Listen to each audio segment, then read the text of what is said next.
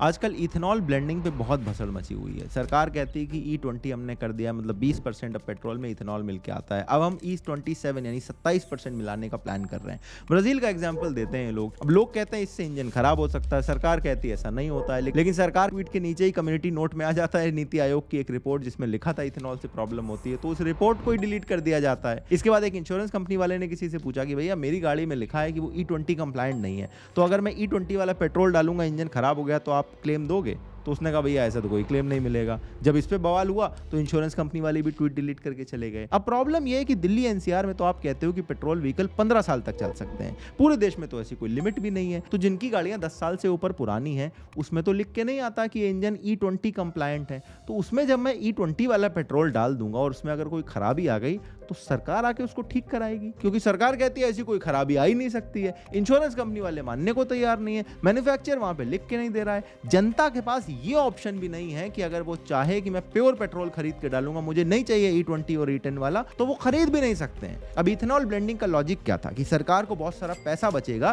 क्योंकि 20% तो तेल की जगह उसमें इथेनॉल डाला जा रहा है, लेकिन जो पैसा बच रहा है लोगों को सस्ता पेट्रोल दिया जाएगा, वो तो आप नहीं दे रहे हो। तो ना तो जनता का पैसा बच रहा है, ना उनको आप पेट्रोल का ऑप्शन दे रहे हो, ना तो उनको पता है गाड़ी खराब हो जाएगी तो कहां ठीक कराना है, और उसके बाद आप कहते हो ये तो नू ही चलेगा। भाई ये सरकार थोड़ी है, ये तो तानाशाही हो गई।